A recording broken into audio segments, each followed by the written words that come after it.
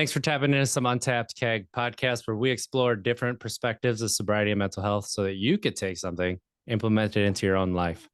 Where we believe that the only right way to sobriety is the way that works for you. I'm RJ Zimmerman, and I am excited to be here with my really great friend. And he just happens to be a British. His up for the challenge. How are you doing, sir? Hey, yeah, I'm doing okay. I like that. A British. Yeah, I'm that's doing okay. that's like mine and Lobau's back and forth is often like the British is helping me or so I mean, it's true, but also it's fun. So let's have some fun, right? Yeah, So yeah. up, you have been on this podcast before, but let's give people a quick intro into who you are and what you do. Could you help Yeah, me I out mean, there? yeah, I mean the last time I was on, it was a while ago. I mean, in fact I had different colored hair back then. I think I was blonde the last time I was on. You And were, yes. yeah, yeah. So yeah, I'm a back then I was a mental health streamer. I don't stream anymore, but I'm a mental health facilitator and educator, and the chair of a mental health charity. And yeah, I have my own podcast on mental health, and I have a channel that looks to educate people on mental health. Just relaunched it with a kind of a newer look to take my face out of it, basically, and just be more educational on it.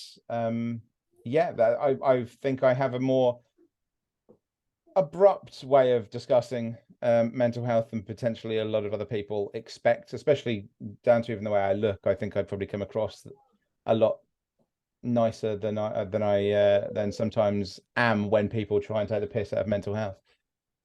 And that's why I love our discussions so much. And I love what, everything that's happening at Up for Mental Health, because it's not just talk, it's doing, and it gives ways to implement it, but it's like you can grasp. It's not these high level concepts Mm. that we sometimes hear and talk about when it comes to mental health, right? They're just like these simple things are places where you can start, and then you can ease yourself into the high level if you need to. But at least here's a level that you can start at. And guess what? We're going to use words that you use every day because we're also everyday people. Yeah, exactly. And I mean that was a big thing. I think one of the first podcasts for the charity I did, because we have a mix of podcasts and meditations, all different things on the channel for the charity. And I think I got halfway through the podcast, just went, if anyone was like logging into this thinking that because we're a charity we wouldn't swear, you're fucking wrong. Because that's the thing, and that's the thing I really dislike, like you say, about the way that other charities work when they deal with these things. And don't get me wrong, there's a lot of mental health charities out there that do a lot of good things, but I think there is the place for one that just goes, are you feeling shit? Have you tried all the other stuff and it doesn't work for you? What do you enjoy doing? Like, does that help you? Does going for a run help you? Cool. We'll help you go for a run. Does fanning about with your Ghostbusters fucking proton pack make you feel happy? Fine. Then we'll help you build one or find one. There's that I think are missed. And also for certain parts of the population, it feels a lot for a lot of people that they're talked down to when it comes to mental health. Um, Yes. Especially if you have certain conditions such as autism, for instance, people get talked down to because you get infantilized, and it's this idea you don't understand, or which will keep you to the side, when actually you just want to scream at them, and you kind of go, right, look, we'll talk to you in reality. We won't muck about with stuff that you don't need to know. You don't need to know the 20 different versions of your condition. That's what I have a separate YouTube channel for education. If people want to know that, you can go over there. But I'm not going to do that when somebody's just coming and saying, I feel like shit and I don't know why. Cool. These are the ways, these are the people you can talk to, these are the organizations you can talk to. This is, if you think it's this here, these are the general numbers, here's the crisis numbers. In the meantime, if there's something you enjoy doing, here are some people that can help you with the videos we have exclusive to the charity. Beyond that, we're then obviously recently we've done this as well, is then going, right, we're going to have something near to you. It's going to be every few weeks. Maybe it's going to be a martial arts for anxiety, martial arts for mental health, generally anxiety and depression. It's going to be walks in, you know, in nice areas. It's going to be teaching you to cook because, hey, you're a single parent and it feels really shit not being able to cook right for your kids, and that makes even worse anxiety or whatever reason, you know.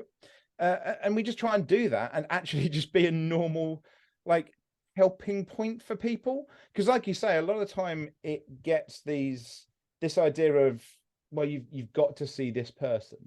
And I'll be straight up, I don't do talking therapy. I fucking hate talking therapy.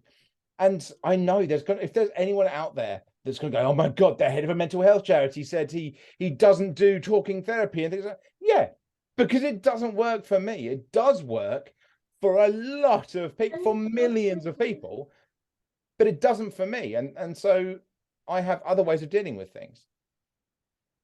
Oh, and yeah, this is where we have needing help with kids. This is the parenting life, right? Where you have to every once in a while be able to pivot and live with it, right? I could get mad and yell. He's 3. He doesn't understand. He just wants daddy's attention and wants him to be present. And why would I be mad about that? And do I get frustrated? Absolutely sometimes. Do I get annoyed? Yes. But taking a step back, and this is a great time to kind of like get into that, right? Is why? Why is it him, or is it something else that's going on?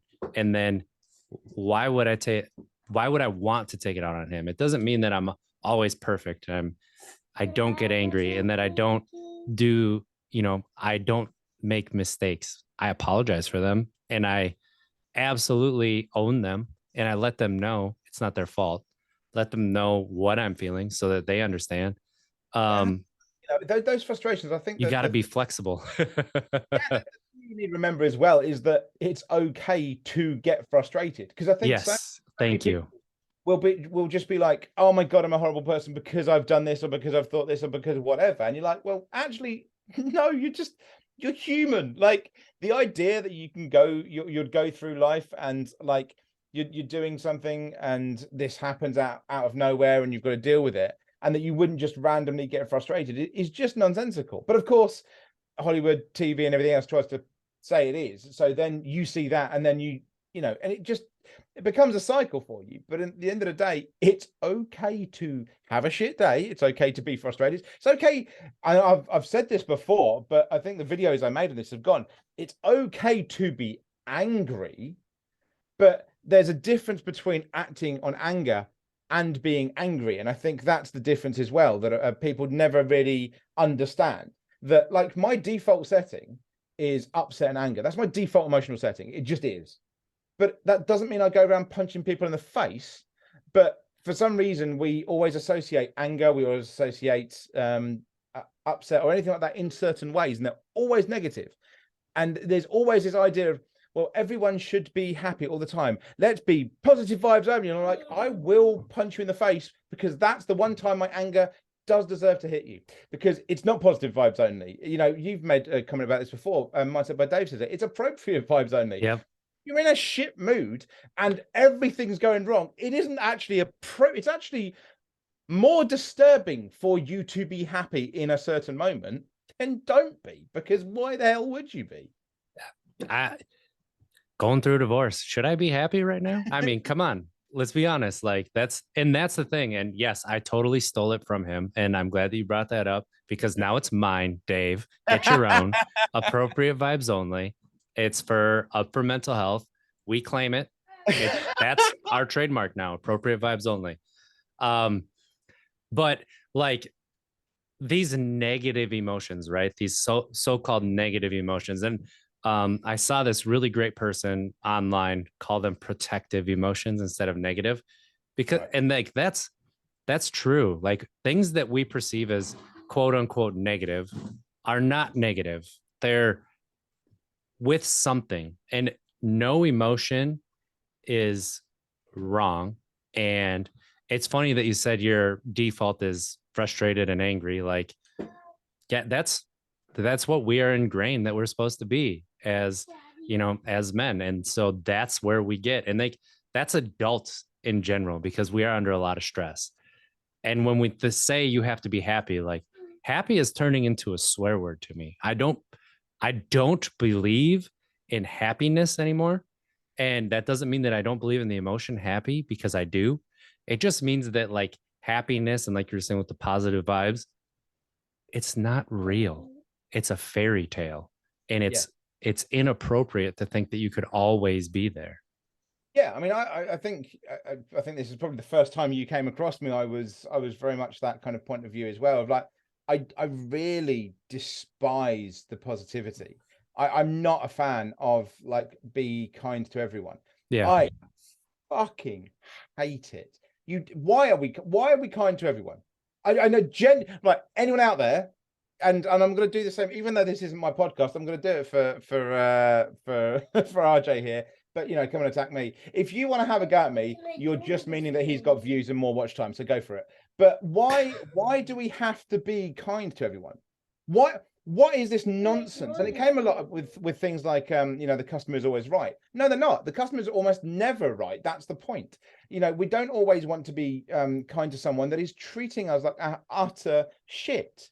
I don't think the appropriate response to mass murderers is going, "Oh, come here, let me give you a hug." No, it's punch the cunt in the face. Like there's the responses aren't always there to be positive, to be kind. You don't have to be. And that's not saying that you shouldn't be kind to people. It's saying it shouldn't be the default. As I say, my default is angry, and I play through about 50 different responses in my head when I'm in my default. And don't get me wrong, my default is usually when I'm a bit down anyway. But because I can't put a mask up to show people otherwise. But I'll have 4 or 5 things in my head before I respond to a message sometimes, because what my actual response in my head is far more visceral than my actual response ends up being, because I'm just like, you an idiot, but I'm not going to put that in a message. So So that's what you're always thinking right before you text me. yeah. That makes a lot of sense now. That makes a lot of sense. I like that. But it's such a weird thing that we're meant to just be kind, we're meant to just be happy, we're meant to just be there. And I was like, no, I'm no. And there's always been the thing, and I think people probably thought that after streaming for a while, or after doing this, or after doing that, or after being in the mental health space, that my mind would change. And no, it's made it more cement in my mind that we are just lambasted with this nonsense of what mental health is meant to be, what recovery is meant to be, what our way of being is meant to be. And it comes so much from this idea that apparently if you have a mental health issue, if you're neurodivergent, if you're this, you're that, you are one person, you are a monolith. And that's it. You have to subscribe to this LA wellness approach of things, which, I'm sorry, fuck off. The LA wellness approach on doing things, in the corner of a gym, stretching, going, it's probably one of the most toxic approaches to mental health I think is actually possible. I find the approach of be nice to everyone, be kind, smile, that confuses people. I find it so toxic, because it's not allowing you to live in your emotions. It's making you actively have to mask and not show true emotions.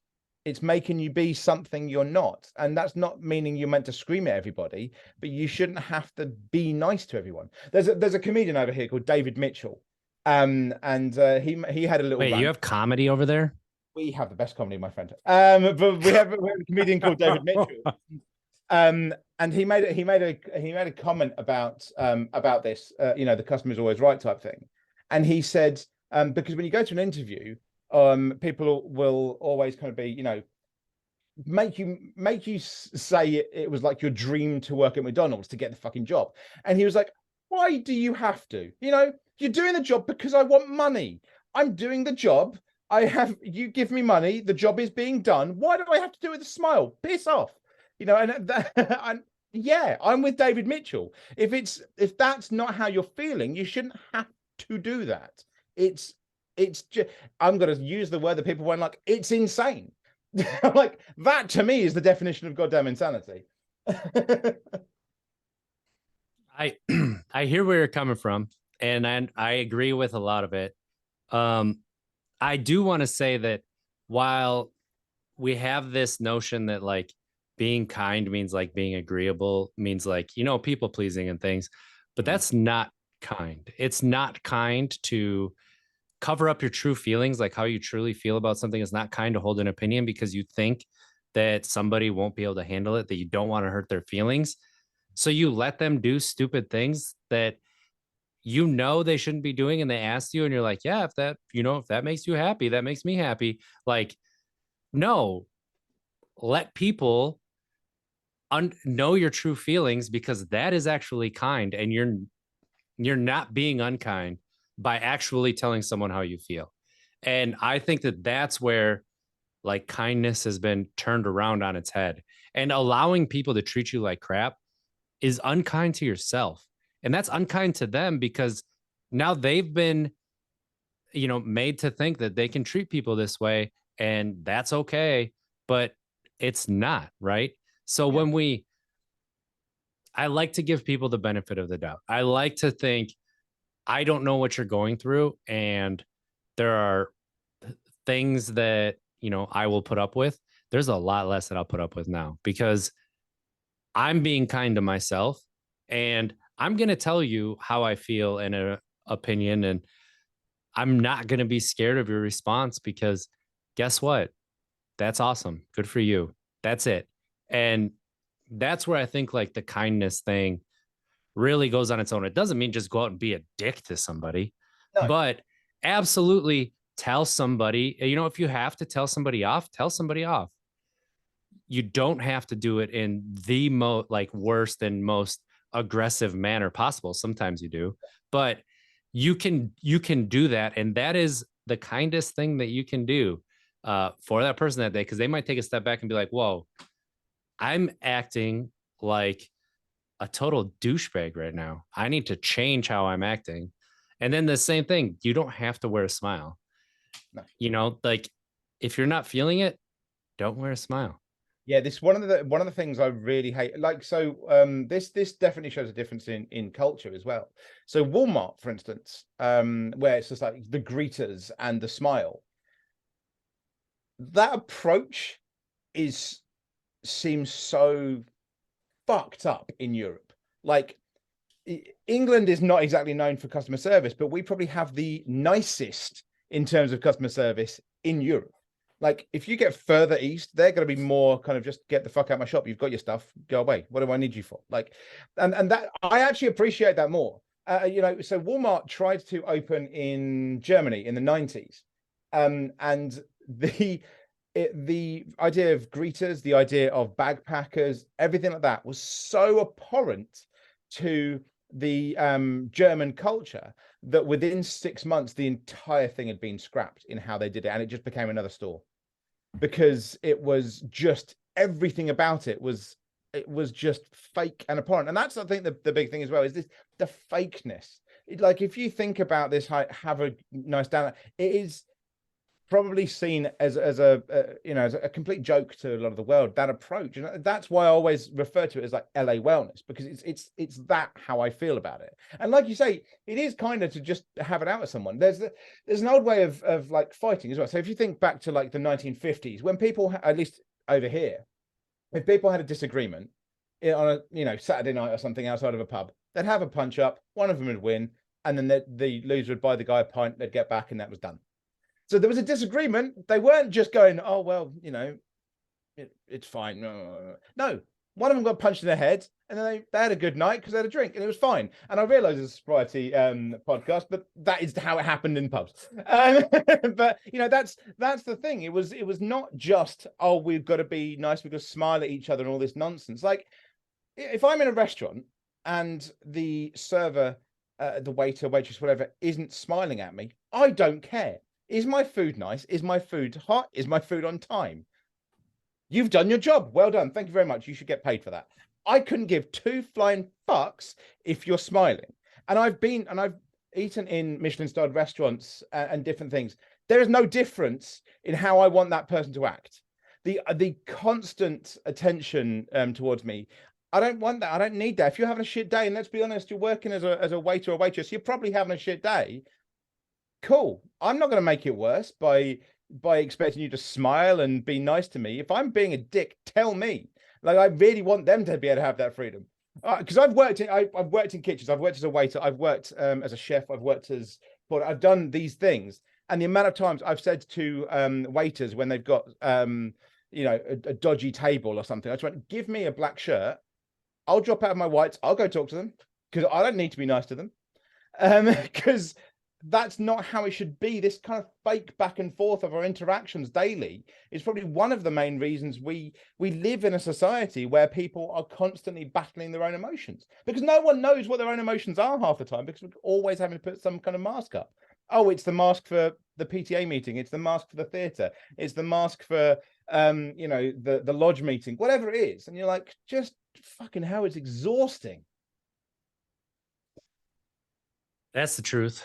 That is the truth. That's been the biggest liberation that I've had, is just being myself. So now I don't have to worry about where I am. I'm just me.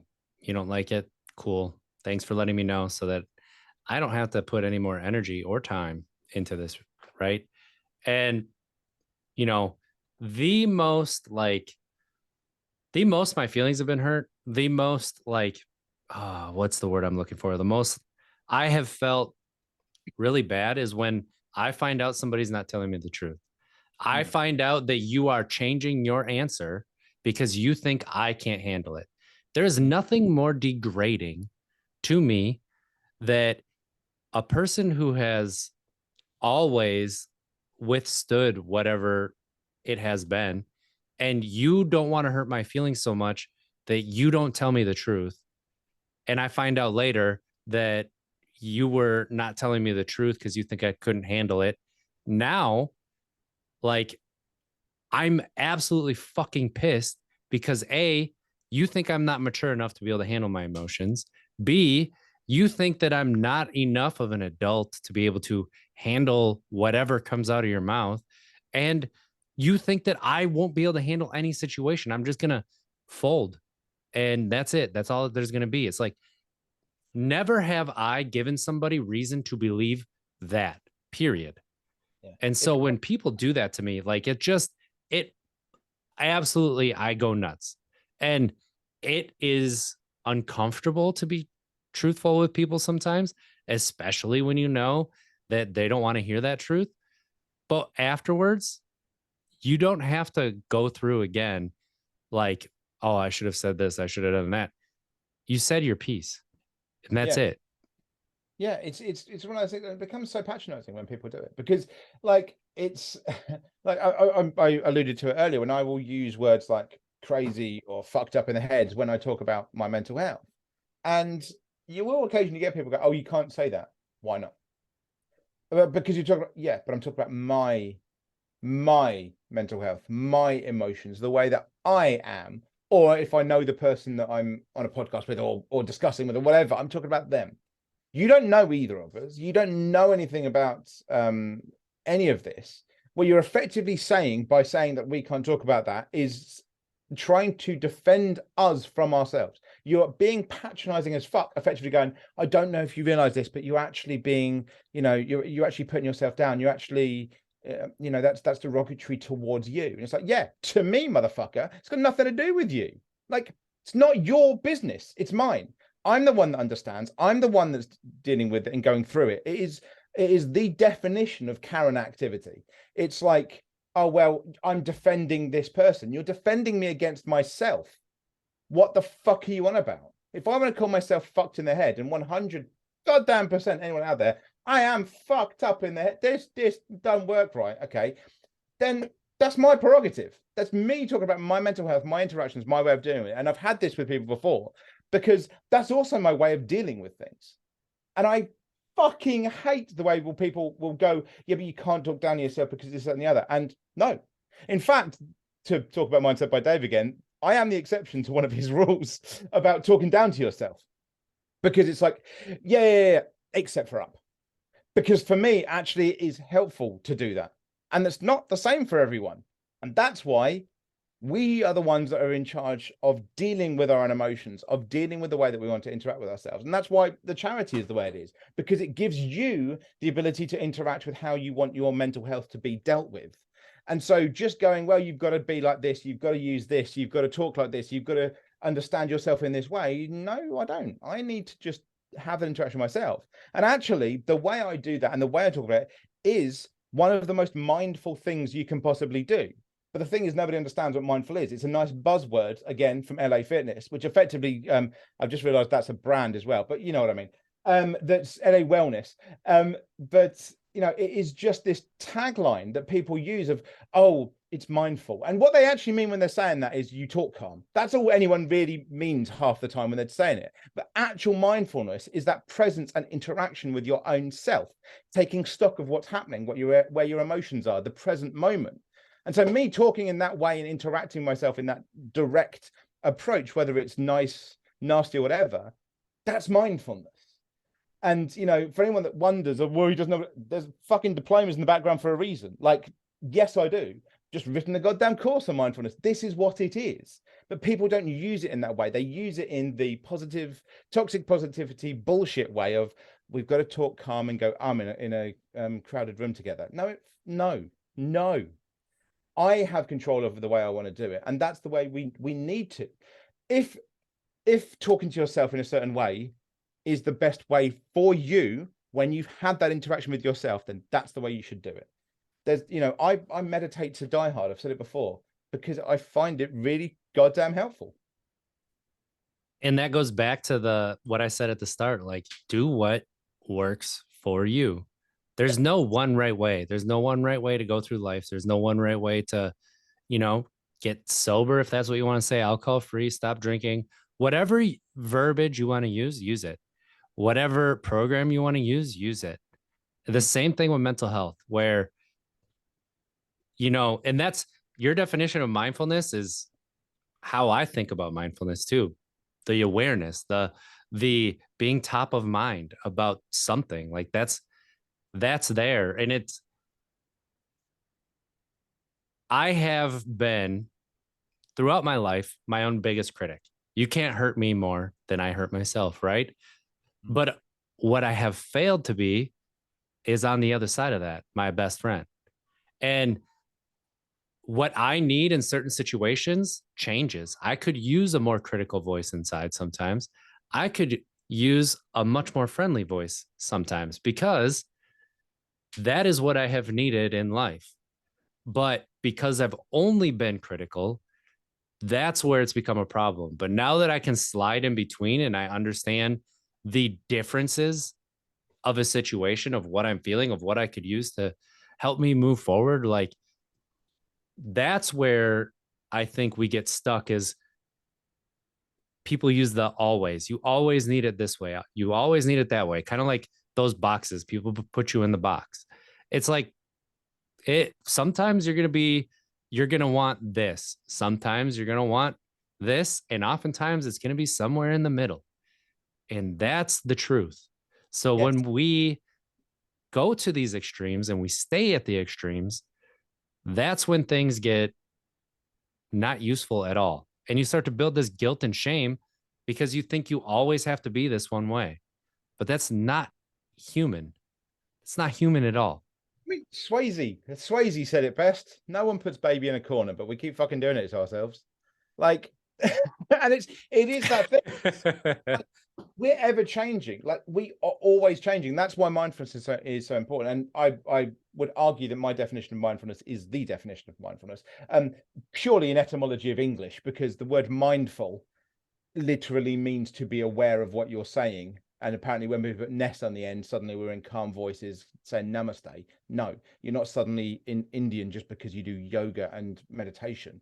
I actually find the way that works for a lot of people when they do mindfulness incredibly insulting, culturally insulting, as well as everything else.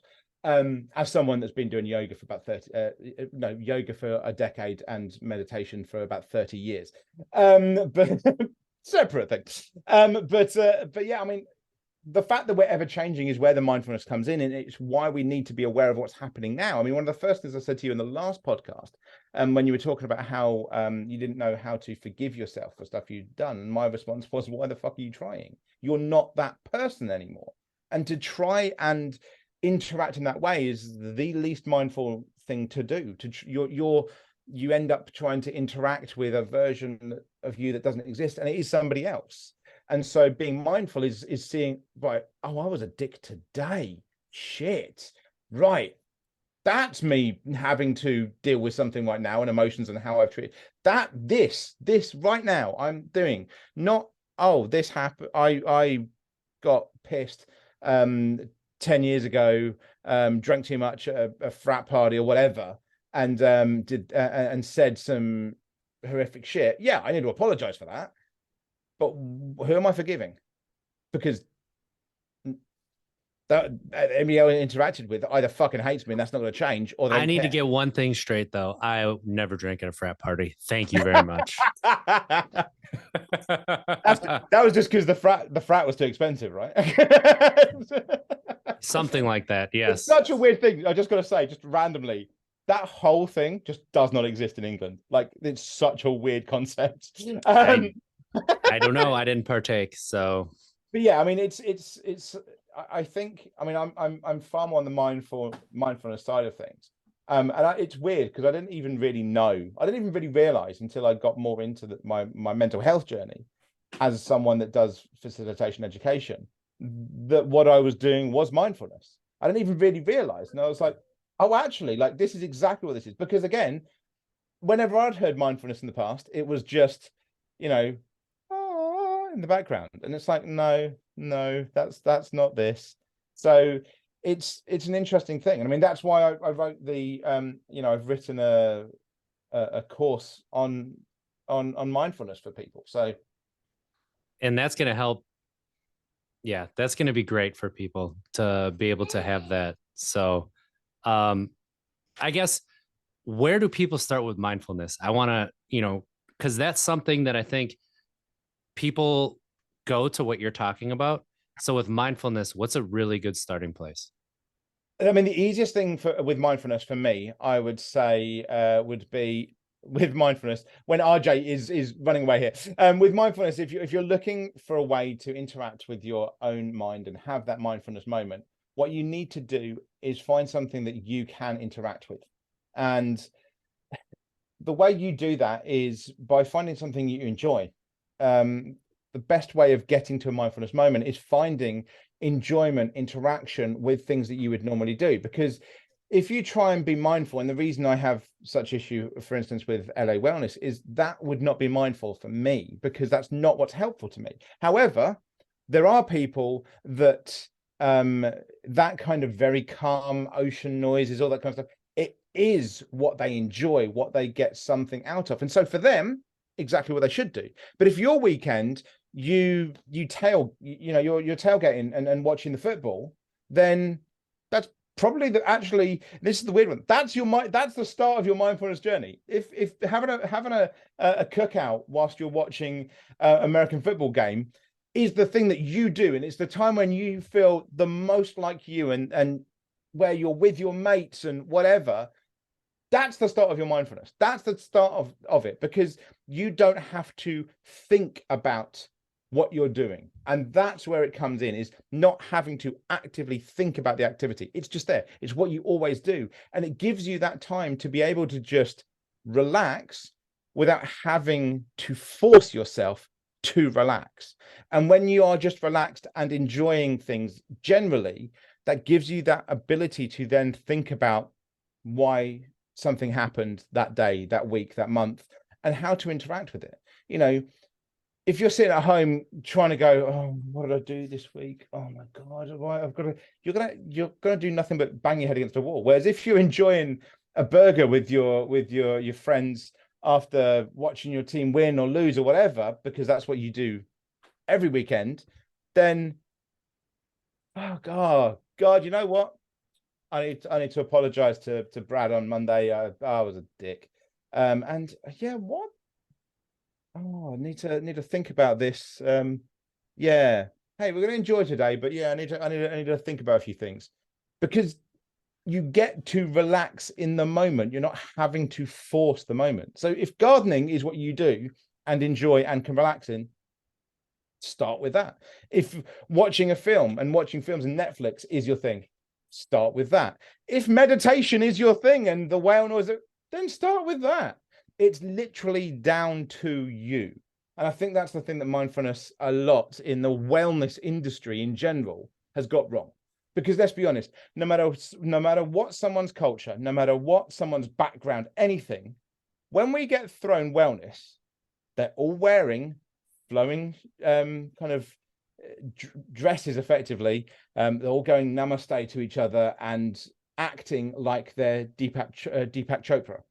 And you're like, that's not mindfulness. That's you making a buck and you can fuck off. Yeah. And I mean, for me, like cooking and driving were where I started. Like cooking a dinner allowed me to get into that space of being relaxed, you know? And driving is something that put me into a space of I could reflect on lots of things. And then from that starting point, I built on top of it to where now I can reflect on things, doing other things, going for walks in nature, right? Like that's a really easy one where you can start like trying something new, and then you get into possibly the meditation and things like that. Like it was probably 2.5 years of not realizing I was doing it, but doing it with cooking and driving. And then it's built on top of that. And there is no time frame. Like, don't put time frames on yourself. Like things happen when they happen. And when you find something that allows you to relax and get into a state that you can just reflect, like, know that that's the one. That's the one to go back to, right?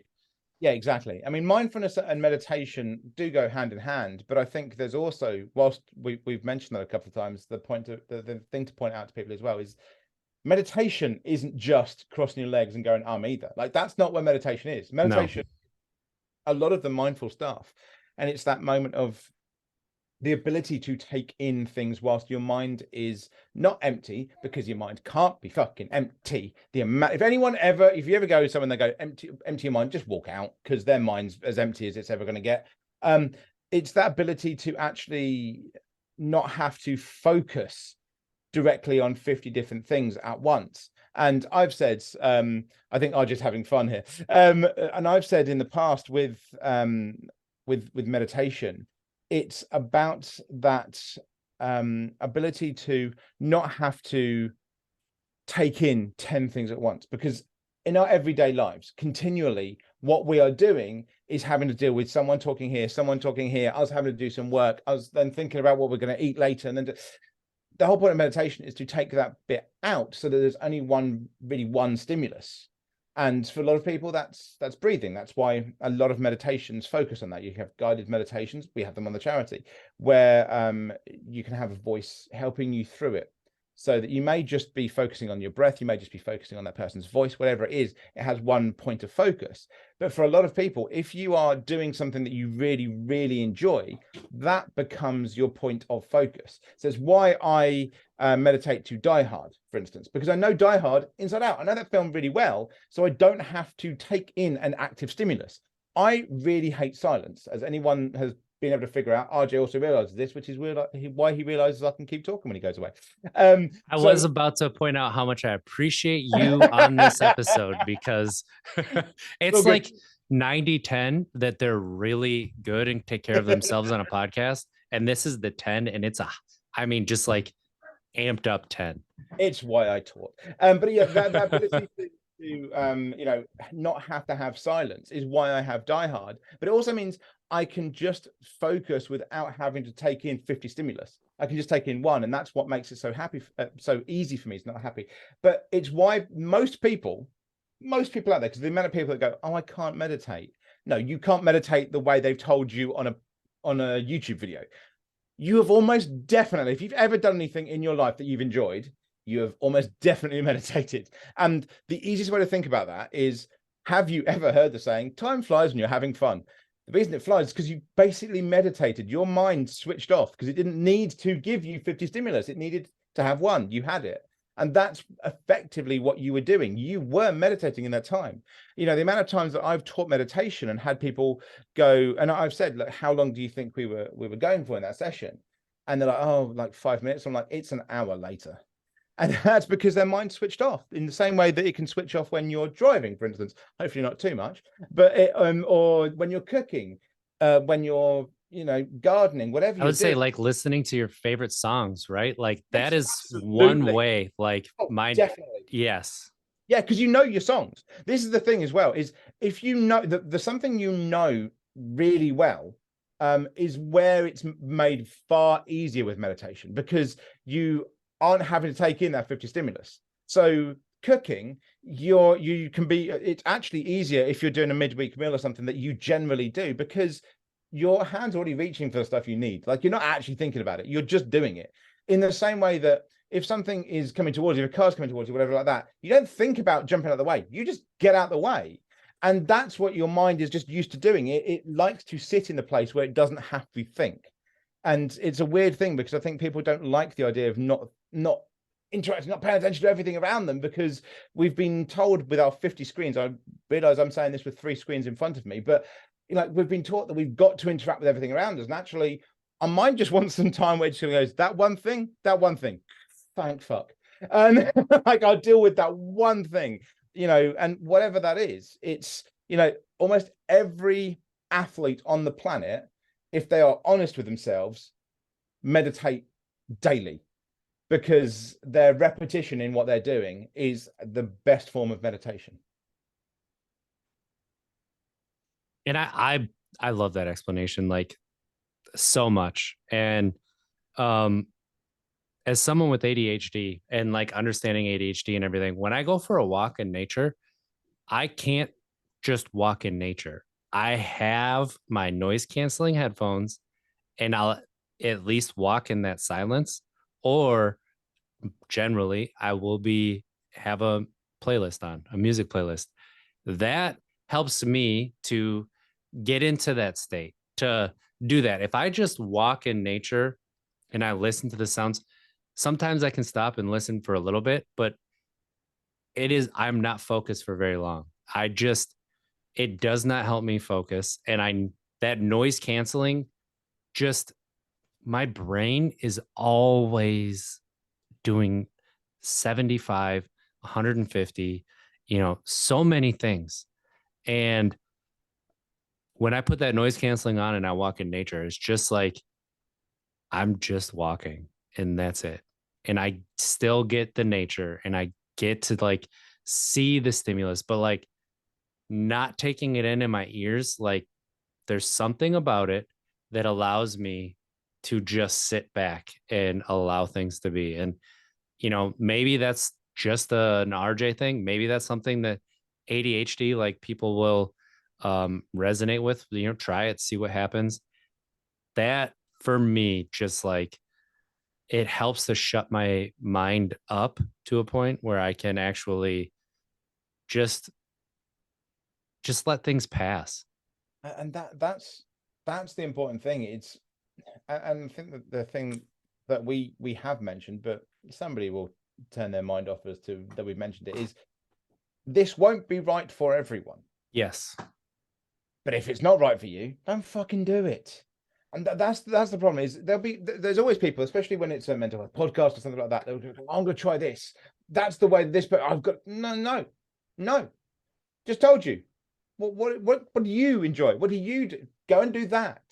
Don't go, oh well, I'm going to go in nature with headphones on. Oh, I'm going to go and listen to watch Die Hard. Do you like Die Hard? Do you like nature? Do you Do you like like the greatest Christmas movie ever made? 100? See, there's every now and again, me and RJ agree on things. But it's like, that's, if you don't, then what the fuck are you doing? And this, the problem is, people will just get into that mindset, and that's the problem. Is it also causes the issues later down the line, because it's like when people may go into talking therapy. Like I say, I don't interact with it. None of them that I've used have been helpful. But I will never say that talking therapy isn't any good. But some people do, because they've tried one type or two types and then switch off to it completely because that didn't work in that way. It's like, yeah, but did you go to one that sounded like it was right for you? Did you talk to the therapist or whatever first? You know, if I'm going to interact with someone, I need to know that I can talk in a certain way. You know, I heard, for instance, I knew there was I interacted once on when I was streaming with someone whose therapist had basically had a go at them and told them that basically God had fucked up their head because they were gay. I'm like, why? One, that fucking is their license taken away. But two, I would have had a meeting first to see if that person's viewpoint of the world actually aligns in some way to mine. That doesn't mean that they have to think the exact same way as you, but they have to have, like, if you're gay and they're a homophobe, don't go to them. If you if you are someone that swears a lot like me, and they're going to be, the kind of person that tells you off for saying the word swine, You that's can't not say that. yeah, That's not good for your mental health. yeah, exactly. That kind of interaction, or if I'm beating myself up and their immediate response is, you don't do that, then no, I'm not going to talk to you because you're not going to be helpful for me. Could be really helpful for someone else. Someone else is going to be exactly who they need, but for me, you're not going to be. And I think that's something we need to be doing more. And you'll get therapists that are just going to go, well, I just need you to talk. I'm not going to interact in a certain way. Well, then if you need emotional interaction, that's not going to be the person for you. If you do want someone to just listen to what I'm saying, then give me something, then that is the person for you.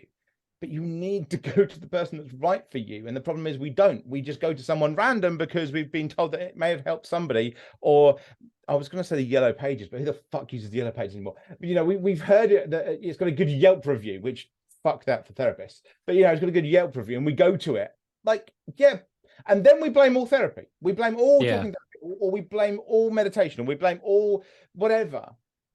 Yeah, because it wasn't the right one for you. You got to figure it out. And that's why I say try it on and see, because you may not know. You might know, so don't do it if you know it's not up your alley. But if you don't know, you can try it out. And Waba actually is the one who blew my mind when they said on this show, shop for therapists. You don't have to go to the same one, shop. And I'm like, wait, what? You can do that? Because I was that person, like, call the insurance company. Yep, I need to go see a therapist. Okay. I don't know. This one doesn't seem like I don't feel like therapy's helping. I'm not really getting anything out of it. I'm just talking a lot.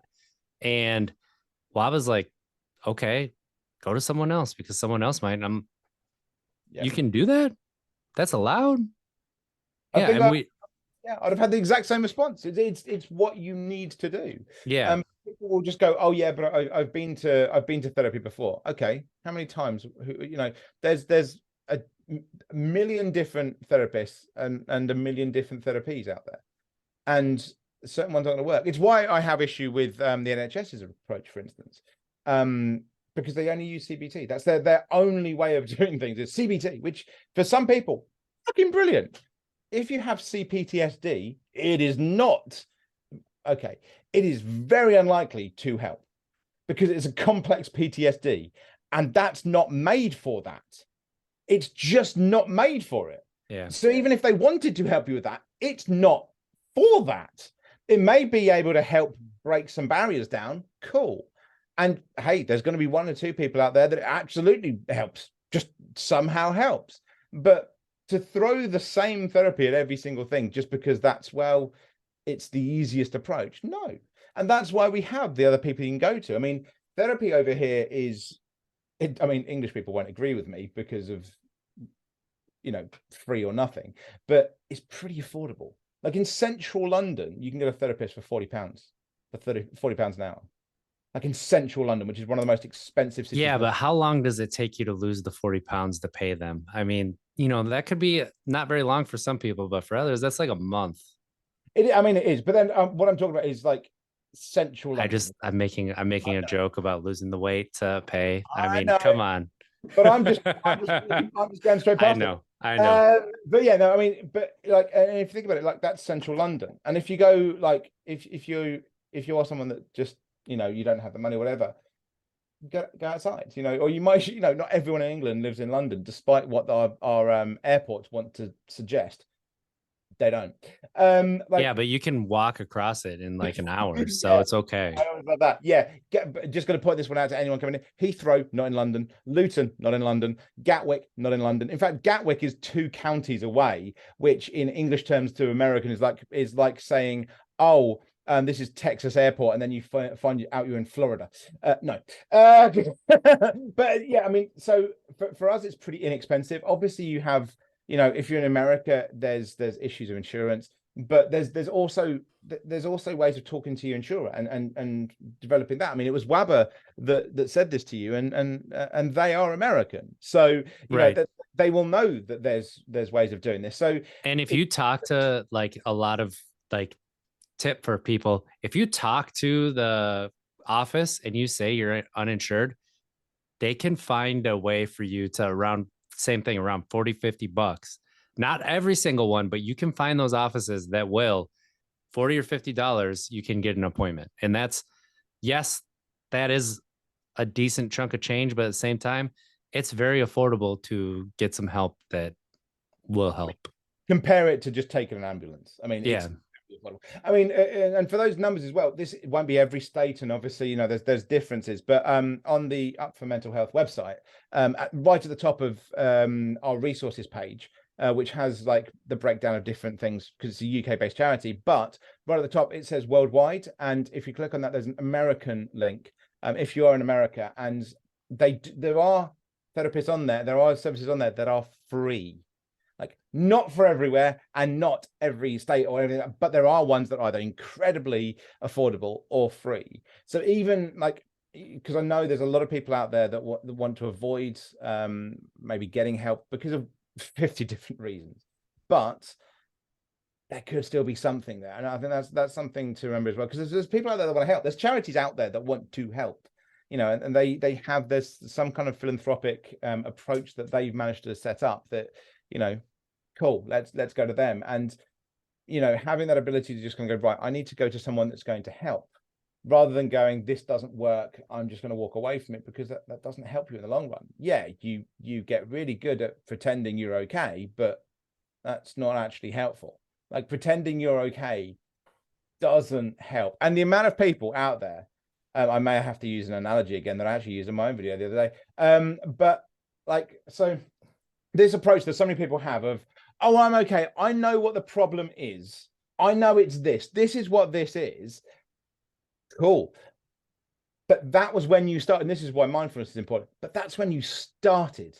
That's what the problem, this little thing, that's when you started, but that was a decade ago.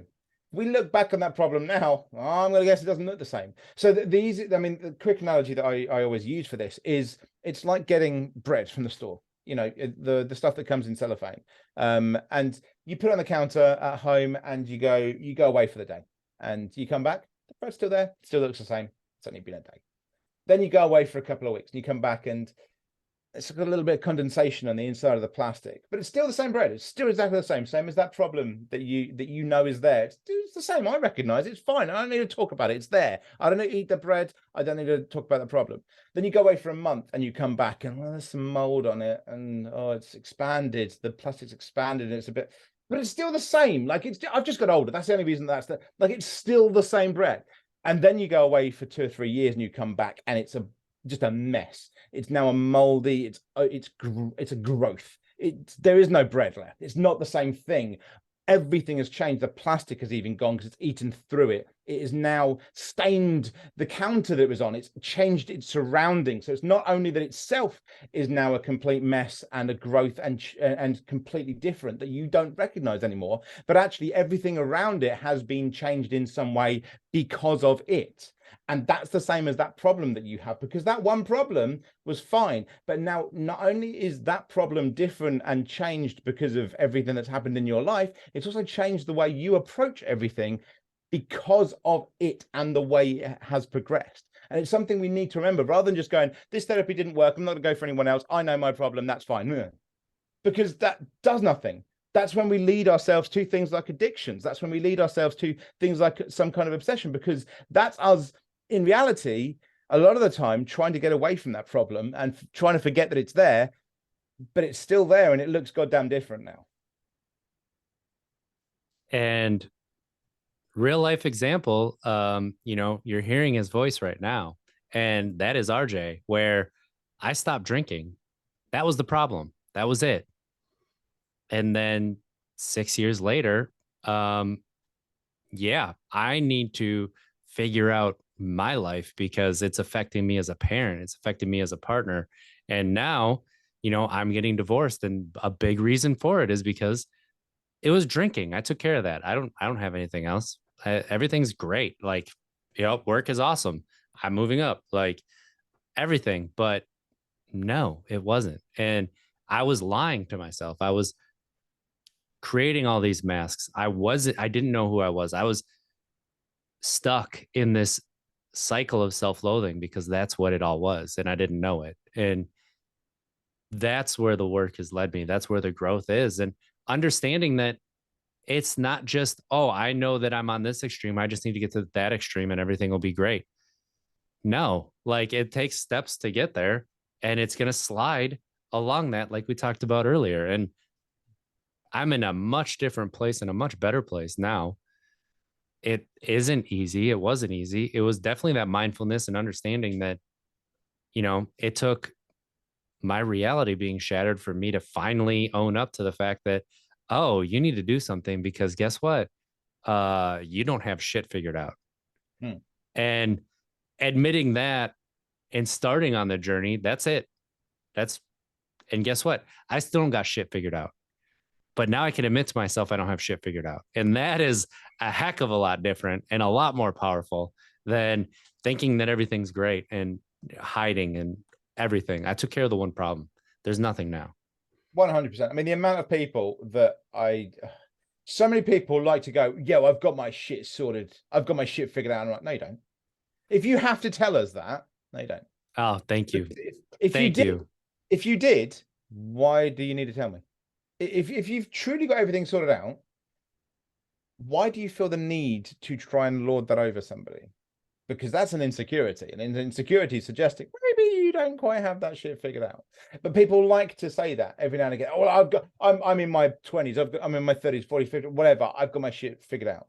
Rich people do. Well, I've got my millions. I've got my shit figured out. They tend to then try and sell you dodgy university courses. That people do that because I obviously know what I'm doing. I've got my shit sorted. I'm an adult now. Bitch, please. None of us know what the fuck we are doing. And you know what?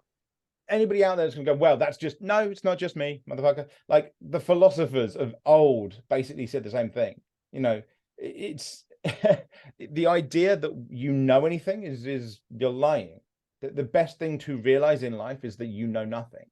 Only when you realize you know nothing are you on the path for any knowledge.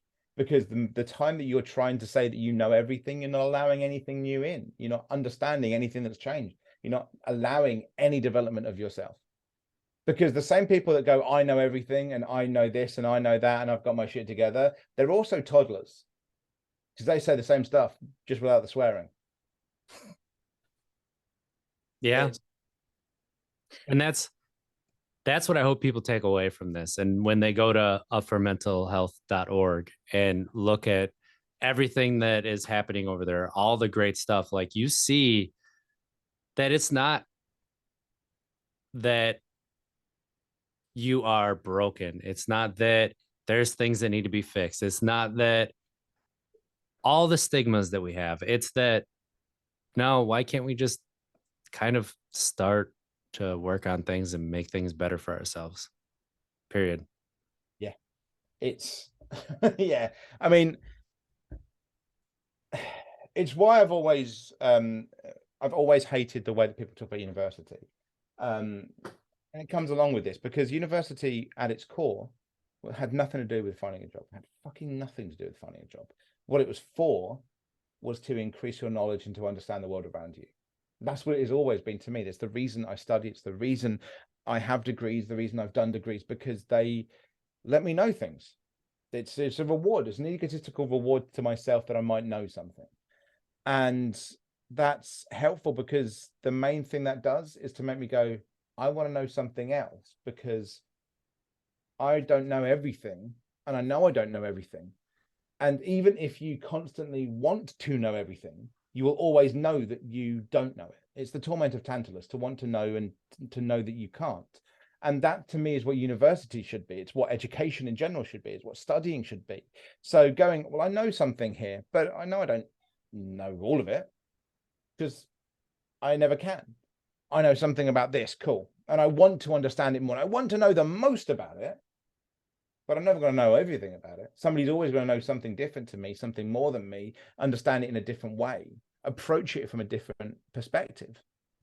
The easiest thing to think about for me would be my master's degree in political theory. When I did that, my one of the questions that they first came to us was, what do we think of when we think of resistance? What is resistance? And my response was literally something the lecturers had never heard before. And that's not to say that I was smarter than them or any of that bullshit that someone's going to try and go, oh, he's just bigging himself up. No, it's just to go, they hadn't thought that way before. And they're the lecturers. They're the ones that we go to because they know the stuff. But they had the knowledge to know that they didn't understand, to know that that somebody had come from a different perspective, and they wanted to know more. That became my dissertation for my master's because it's what they wanted. They wanted, well, how can someone think this way? So even people that are teaching you should always want to know more. We had the same in martial arts. Any martial arts, somebody wanted to try and get a black belt. If a black belt is your end, you've known nothing about martial arts. Black belt is the beginning of your journey. You've just got through the first bit, and black belt is you starting again. All of those elements at which you study, from physical to mental, along those lines, you should always want to progress more and understand more and study more, because you will never know all of it. You can't. You never have your shit together. You just don't. You're lying to yourself to say otherwise. And that's where curiosity and creativity come in, that you stoke those and you stop limiting yourself. Yeah. Period. And I'm saying that a lot. I need to stop with that. I'm starting to notice it. But like, you stop limiting yourself with curiosity and creativity. Who knows? Who knows what you can do, what somebody you know can do, who you might help, who you might inspire and motivate, right? And I think we stop getting curious about ourselves because we are under that false notion that we should know ourselves at this point. But you're always changing. And so being creative with what you might know about yourself, you might discover something new. And like I like to tell people, I don't know if I've tried my favorite food yet. Yeah. There's a Yeah. possibility, but I want to try more to see if I have a new favorite food. And it's the same thing with just about everything in life. I'm not going to say I have a favorite right now. I used to not say that I had a favorite because I didn't want to hurt an inanimate object's feelings. So, like, that's what it comes down to. But I have a favorite right now. It doesn't mean it's my favorite forever. That's okay. That's Yeah. okay. Yeah. I mean, and before someone says out there, yeah, curiosity killed the cat, but satisfaction brought it back again. So we do the whole quote before someone wants to go, well, you shouldn't just be curious about, yeah, you kind of should, because the satisfaction is you trying to understand more and the satisfaction you get from learning. So yeah, it's one of those things. Understanding more, getting different satisfactions from different things, and being open to new experiences as you are to new foods. There's actually a guy on YouTube at the moment trying out every country's like most famous food to see what he thinks, like basically to try and find his favorite food. I think his favorite at the moment is, I can't remember the name of it, but it's from Indonesia. That's his current, like the most famous in Indonesia. Must not have had a cheeseburger yet. I think he is American actually, so I think he probably started with that. But yeah, he's literally going like, I want to find what my favorite food is, and he's doing it. I mean, it's just what you should do. Why wouldn't you want to know new things about yourself? like to think any other way is to close off your mind, and I will never understand why that's ever a good option. It feels safe. I think that's what the option is, but it feels that way. But it's, as you're saying right now, it turns out that it's not. No. And that's a difficult lesson to learn. And it's okay that you have to learn it. Yeah, because again, learning is good. Absolutely. Any So part. as we're kind of winding down here, up, what's one takeaway you want people to have? I think is to be able to interact with yourself. I think that's the thing, and that comes into mindfulness, into learning, into anything. I think having that time to interact with yourself is something that everyone should look to do, no matter what state you think you're in, whether you're in a good state, bad state, whatever. Just have a time to interact with yourself in some way, whatever that may mean to you, whether that's going and watching the ball at the weekend, whether that's spending time with your kids, but whatever the fuck it is, like, have some time to interact with yourself. Don't just be on the continual cycle. I think you've talked about this before as well, when you would electrical engineer. I don't know what your actual title was, but like, go on. High voltage line tech. That's the best way to get it through to people. There you go. So like, you just end up being on a continuing cycle, and you're not actually allowing yourself to interact. You're just going round and round and round. Give yourself the opportunity to interact, because hey, you might do that and go, you know what, I actually quite like this, because we are winding down really quickly to this. There's nothing wrong with being mediocre. There's nothing wrong with a life that isn't the best in the world. There's fuck all wrong with that. If you enjoy whatever job you have, and it's you're doing the same kind of thing, but you know what, you enjoy that. You enjoy the same kind of holiday. You enjoy the same kind of dates that you go on with your wife on date night. You enjoy the kids you have. You enjoy your work. You don't need to be the manager. You don't need to be a millionaire, and you enjoy that. There's fuck all wrong with that. So I think having the interaction, great. That doesn't mean you have to do something different. If you find from that interaction that actually you're doing the thing you enjoy, then cool, absolutely fine, brilliant. Nothing wrong with that at all. I love that.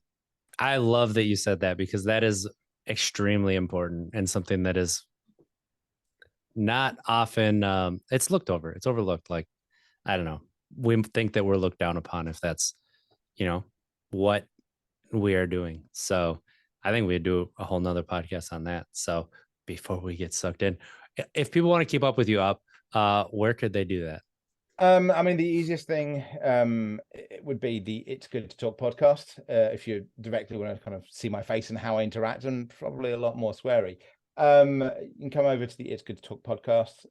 We'll have it in the description below. You can come over to that, and I do a weekly podcast as well on different things of mental health. I am not as calm voiced as RJ, but I have everyone on there the same as RJ. I have everyone, ex-military, psychiatrists, everyone from lived experience, and just have a chat about mental health.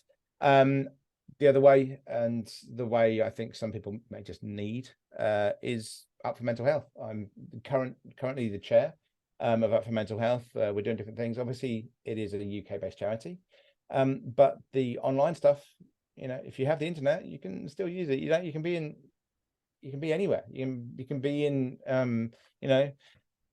Argentina. You can be in Australia. You can be in America. It doesn't matter. You can still use the stuff online. You can be in Florida and actually use it. Yeah. It's growing all the time. There's always different things on there. At the moment, we've got somebody that teaches you how to do a breakfall, how to throw yourself at the ground. We've got people that teach you how to do podcasts on there. Myself and RJ are on there, as well as Lobao. We've got people talking about their different journeys in dance, and we've got guided meditations. We've got everything in between, and it's always growing. So you can always go there if you just need to chill out, maybe, as well. And utilize it. Like, that's the thing. If you are interested in it, go to mental health, upformentalhealth.org. I don't know why I forgot that beginning, upformentalhealth.org, and check it out. Let us know if you would like to add a video, if it's missing something that you'd like to see, other things. Like, that's the great thing about this. And that's why I like the conversations that we have and what is happening at upformentalhealth.org, because it's tangible and accessible in like, help you take those first steps, because those are a lot of times it is those first steps. It's hard to find that starting point. There's midpoints where am I doing the right thing, that slog the plateau, right? Yeah. But right now it's about just taking those first few, and that's okay. And that's what this podcast is too. Like, you've been listening to Untapped Keg podcast, where take different perspectives of mental health and sobriety, so you can take something and put it in your own life. Because there's only one right way to mental health and sobriety. That's the way that works for you, period. And I just said it again, and I meant it that time. So yeah, you follow us, do what you got to do, and let's try to be better tomorrow than we were today. Because if we don't make it, we tried. Love you.